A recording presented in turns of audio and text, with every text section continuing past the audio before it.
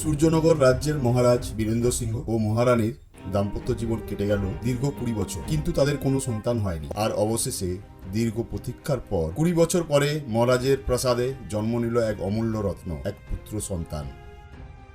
রানী বলো, আজ 20 বছর এই বুকের ভেতরটা শূন্য ছিল। কত রাত মন্দিরে মাথা নত করেছি, কত ওঝা, কত বৈদ্য, কত কবিরাজের কাছে গিয়েছি, তবুও যেন ভাগ্য আমাদের দিকে ফিরেই তাকায়নি। হ্যাঁ মহারাজ, তুমি জানো না, আমিও কত রাত নিঃশব্দে কেঁদেছি। মনে হতো হয়তো আমি আর কোনোদিনও মা হতে পারবো না। পুরো শরীরের প্রাণ থেকেও বুকটা হাহাকার করতো মহারাজ। এই সন্তান শুধু আমাদের সন্তান নয় রানী, পুরো রাজ্যের ভবিষ্যৎ, রাজ সিংহাসনের উত্তরাধিকার। মহারাজ, ও যখন প্রথম কাঁদলো, আমার মনে হলো 20 বছরের অন্ধকার মুহূর্তের ভোরের আলো হয়ে ভেসে এলো। এই কান্নাই আমার জীবনের সবচেয়ে মধুর সঙ্গীত। আমি প্রতিজ্ঞা করছি মহারাজ, আমার রাজপুত্রকে দুঃখের ছোঁয়া লাগতে দেব না। আমার প্রাণ দিয়ে হলেও আমি তাকে রক্ষা করব। রানী, আমিও প্রতিজ্ঞা করছি, যে আকাশের নিচে এই রাজপুত্র জন্ম নিয়েছে, সেই আকাশের সব ঝড় আমি নিজের হাতে ঠেকিয়ে রাখবো। এই সন্তান আমার রাজ্যের ভবিষ্যৎ, আমি কখনো তাকে দুঃখের ছোঁয়া লাগতে দেব না। এতদিন এই সন্তানহীনতাকে কাজে লাগিয়ে সিংহাসন প্রায় দখল করেই ফেলেছিলাম, কিন্তু এই শিশু আজ জন্ম নিয়ে আমার সমস্ত স্বপ্ন ভেঙে দিয়েছে। না, আমি চুপ করে থাকবো না।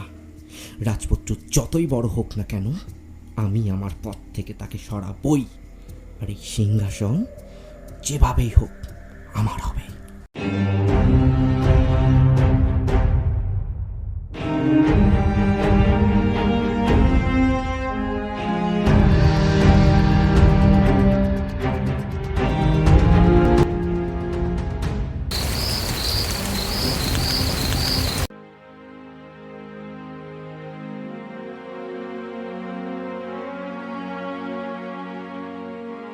কি হয়েছে তোমার? এত রাতেও একা বসে আছো, মুখটা তোমার কেমন গম্ভীর হয়ে রয়েছে। এত চিন্তা করছো কেন? আরে না না, তেমন কিছু হয়নি, তুমি ঘুমিয়ে পড়ো। না, কিছু তো হয়েছে। তোমার চোখে মুখে আগুন জ্বলছে, ঠোঁট কাঁপছে। এটা কি আমি দেখতে পাচ্ছি না ভেবেছো? স্পষ্ট বোঝা যাচ্ছে তোমার ভেতরে কিছু আগুন জ্বলছে। বলো আমাকে, তোমার কি হয়েছে? চুপ করো, তোমার এত প্রশ্ন করার কোনো প্রয়োজন নেই। আমি যা ভাবছি তা তোমার মাথার নাগালের বাইরে। তাই নাকি? এবার মনে হচ্ছে আমি সব বুঝতে পারছি। তোমার মাথায় কি ঘুরছে? তুমি আবার মহারাজের সিংহাসন দখল করার চিন্তা করছো বলো? শোনো, আমরা সৎ পথে থেকেছি, ভগবান আমাদের কোনো অভাব রাখেননি। কিন্তু অন্যায়ের পথে এক পা দিলেই ইজ্জত, ঘর, সম্পর্ক সব ধুলোয় মিশে যাবে। তুমি মন্ত্রী, রাজ্যকে রক্ষা করার শপথ নিয়েছো, দখল করার নয়। লোভের বদলে বুদ্ধি ব্যবহার করো। আজ যদি ভুল পথে যাও, কাল নিজের ছায়াও তোমাকে ক্ষমা করবে না। শোনো, তোমার বাবাও তো বছরের পর বছর মন্ত্রীর দায়িত্ব পালন করেছিল, আর কতবার সিংহাসন দখল করার চেষ্টা করেছিল, কিন্তু ফল কি হয়েছে?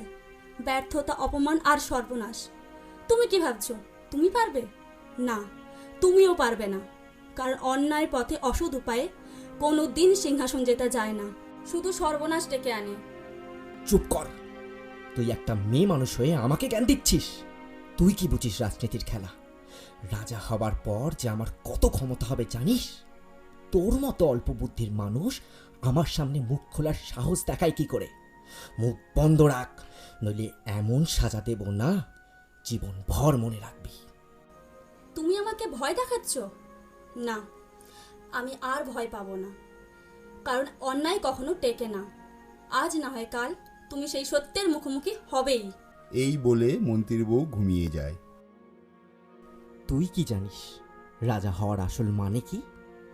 যেদিন আমি সিংহাসনে বসবো, সেদিন দেখবি সবাই তোকে রানীমা মানবে, আর তখন দেখবি আমার ক্ষমতা আর তোর সম্মান। কিন্তু একটা ভালো উপায় তো আমি পাচ্ছি না। না, আমাকে আমাকে আরো ভালো করে ভাবতে হবে, মন দিয়ে ভাবতে হবে। কিছু তো একটা করতেই হবে।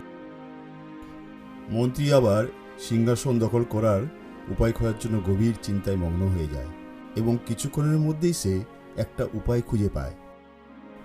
পেয়েছি একটা উপায় আমি পেয়েছি। এবার আর আমাকে কেউ রাজা হওয়া থেকে আটকাতে পারবে না। ওই রাজপুত্রই হবে আমার হাতিয়ার। এমন চাল চালবো যে মহারাজ নিজে বাধ্য হয়ে আমাকে সিংহাসন তুলে দেবে। রাজা হওয়া এখন আর স্বপ্ন নয়, শুধুমাত্র সময়ের অপেক্ষা। যেদিন আমি রাজা হব সেদিন আমার বাবার আত্মার শান্তি পাবে, আর আমার ইশারায় পুরো রাজ্য কাঁপবে। কিন্তু কিন্তু গিন্নিকে বুঝতে দিলে হবে না। ও যা মেয়ে, আমার সব পরিকল্পনা জলে ডুবিয়ে দেবে। না, এখন অনেক রাত হয়ে গেছে, ঘুমিয়ে পড়ি। কাল সকাল সকাল রাজসভায় যেতে হবে।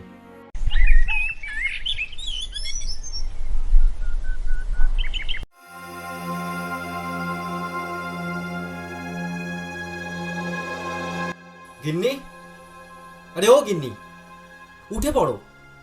সকাল গড়িয়ে দুপুর হতে চললো, আর তুমি এখনো মরার মতো ঘুমাচ্ছ। কাল সারা রাত ভালো করে ঘুম হয়নি, তাই বড্ড ঘুম পেয়ে গেছিল। তুমি তো তাও সারা রাত ঘুমিয়েছো গিন্নি। আমি তো তোমার কথা শোনার পর দু চোখের পাতা এক করতে পারিনি। আমি কাল সারা রাত চিন্তা করে দেখলাম, তুমি যে কথাগুলো আমাকে বলেছিলে সেগুলো সব ধ্রুব তারার মতো সত্যি। তুমি আমার চোখ খুলে দিয়েছো গিন্নি। আর কোনো দিন আমি রাজ সিংহাসনের দিকে তাকাবো না। আমি মন্ত্রী, তাই আজকের পর থেকে সৎভাবে শুধু মন্ত্রীর দায়িত্বই পালন করে যাব। আমি তোমায় কথা দিলাম গিন্নি। যাই হোক, সুবুদ্ধি হয়েছে তোমার। তুমি যে নিজের ভুলটা বুঝতে পেরেছো, এটাই আমার কাছে অনেক বড় কিছু। ঠিক আছে গিন্নি, আমি রাজসভায় চললাম। অনেক দেরি হয়ে যাচ্ছে আমার। আচ্ছা যাও, সাবধানে যাবে।